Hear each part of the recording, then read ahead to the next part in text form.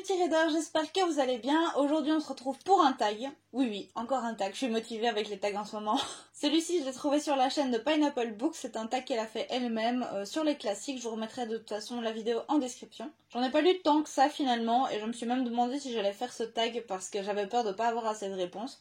Et puis au final je me suis dit que ça semblait intéressant de remettre un petit peu au goût du jour ces œuvres qu'on oublie trop souvent. Et puis mon expérience pouvait de toute façon servir à quelqu'un et avec ce tag je vais peut-être m'en rendre compte que j'en ai quand même lu un certain nombre, je ne sais pas. N'hésitez pas à répondre en même temps que moi en commentaire et puis c'est parti.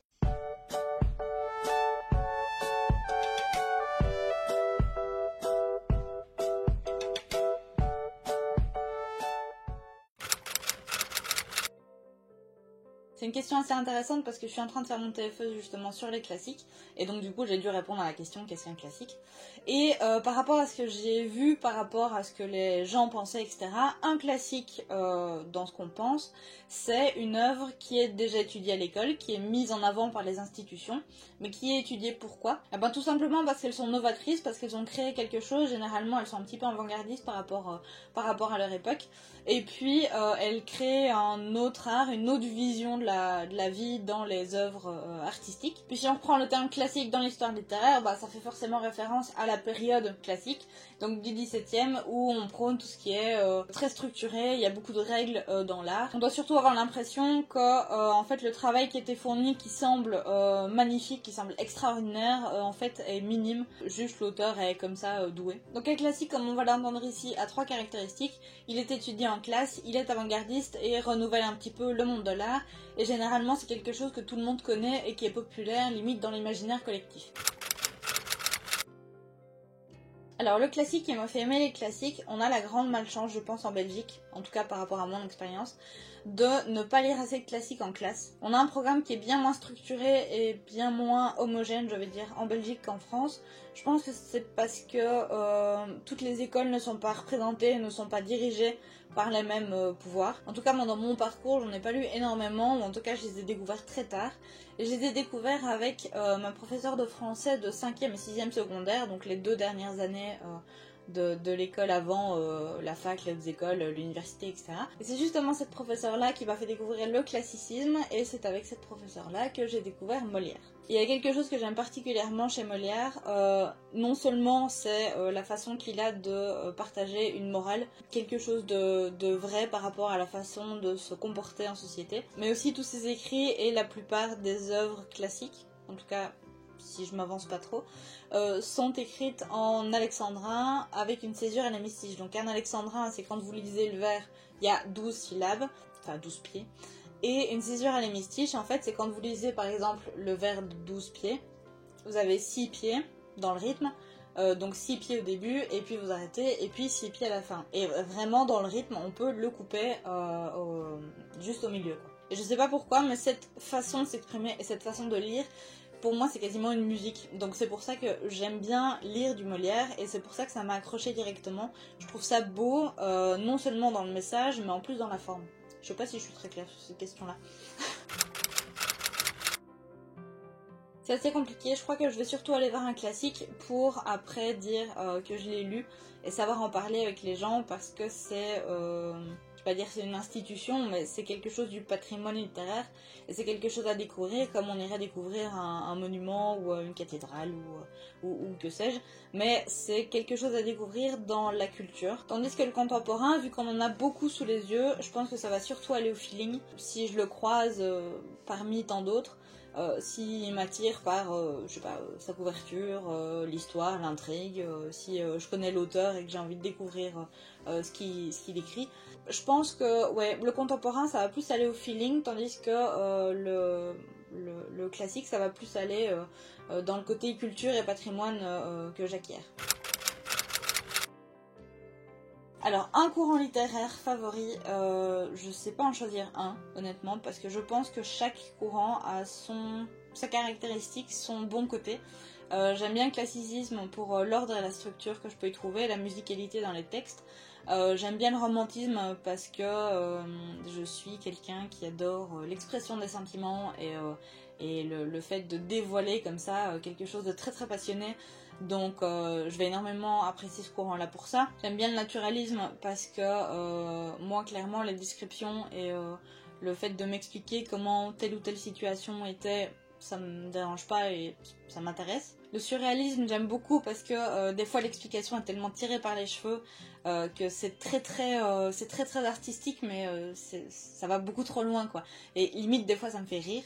Donc ouais non, après j'ai pas une culture d'histoire littéraire énorme, donc vous citez des courants littéraires comme ça, je sais pas tellement, mais en tout cas ouais, je pense que chaque période a son bon côté, son mauvais côté, donc en choisir un je saurais pas. Quel classique conseillerais-tu en premier? Alors là, je vais tricher, je vais pas répondre moi, je vais vous renvoyer à quelqu'un qui s'y connaît beaucoup mieux que moi. Je vais vous renvoyer à la vidéo que j'ai faite avec Félix Radieux qui m'expliquait que pour commencer, c'est bien de commencer par des pièces de théâtre. Parce que y a beaucoup de fond et il y a beaucoup de sens en très peu de pages et en très peu de lignes. Et c'est vrai qu'il a raison parce que moi, il y a pas longtemps, j'ai lu On ne badine pas avec l'amour d'Alfred de Musset et je suis en train de lire Cyrano de Bergerac d'Edmond Rostand. Et c'est vrai que dans les pièces de théâtre, on a énormément de choses qui sont puissantes alors que c'est tout petit. Et en particulier, je sais pas tellement, lui m'a conseillé Cyrano de Bergerac. Je pense que pour commencer, moi en tout cas, ce qui m'a plu, et j'ai eu la chance de commencer par ça, c'est Molière, parce que c'est amusant. Donc si ça peut allier l'humour avec la découverte, ça peut être pas mal. Si j'en avais un, je pense que je conseillerais L'Avare de Molière. Juste parce que l'adaptation avec De Funès est énorme. Donc faire le lien entre les deux, je pense que c'est une bonne manière de commencer. C'est le seul classique, à pas dire l'un des rares livres, que je n'ai jamais terminé, c'est L'Assommoir d'Émile Zola. Je trouve qu'il porte bien son nom, en fait. Il m'a juste endormie. Et j'ai malheureusement commencé à lire du Émile Zola avec ce livre-là.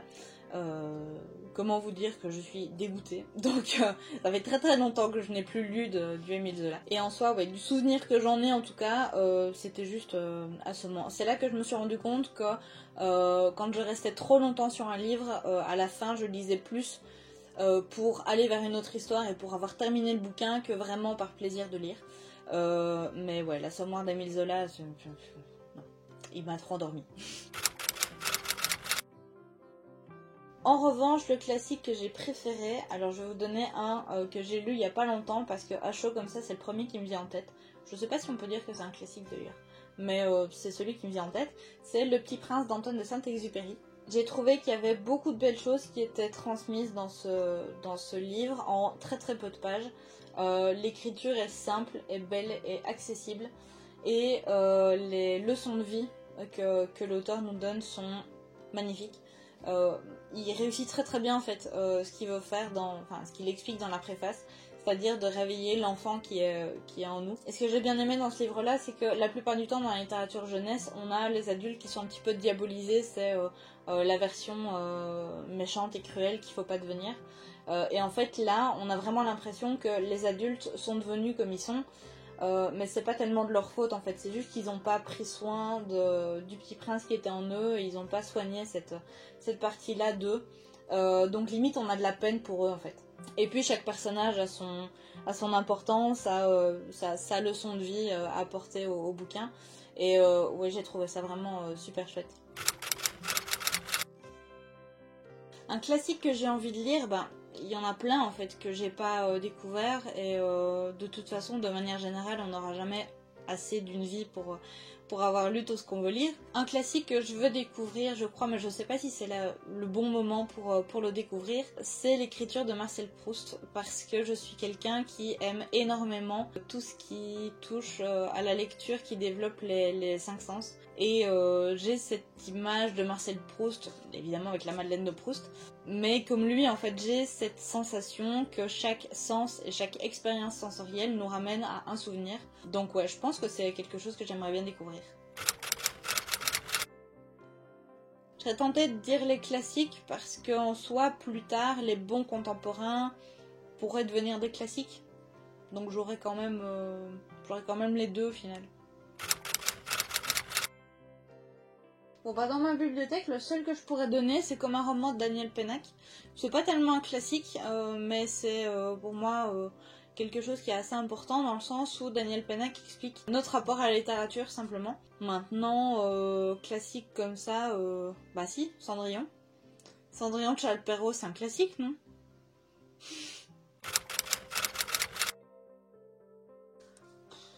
Tes questions.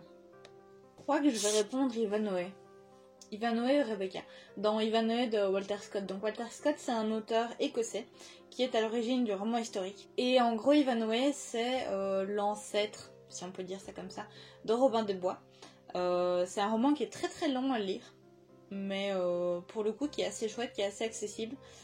C'est un roman qui a été écrit en 1819 si je dis pas de bêtises. Et voilà, c'est le côté Robin des Bois assez romanesque qui est assez chouette que j'aime bien. Je sais pas tellement vous expliquer pourquoi.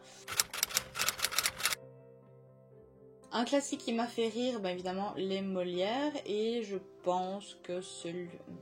Qu'est-ce que j'ai lu? J'ai lu l'Avare. Je pense que je vais dire l'Avare aussi. Un classique qui m'a fait pleurer, j'ai pas encore eu de classique qui m'a fait pleurer, pour la simple et bonne raison que je ne pleure pas souvent dans un livre. Dites-moi dans les commentaires s'il y a un classique qui vous a fait pleurer un jour. Et un classique que je n'ai jamais terminé, bah je l'ai déjà cité, c'était L'Assommoir de Zola. Voilà les petits readers, j'espère que ce tag vous aura plu. Moi j'ai pris beaucoup de plaisir à le faire, même si j'ai cherché longtemps mes questions, et j'ai dû refaire souvent mes questions parce que je m'embrouillais dans ce que je disais. N'hésitez pas à aller voir la chaîne de Pineapple Books parce qu'il y a pas mal de choses chouettes à découvrir.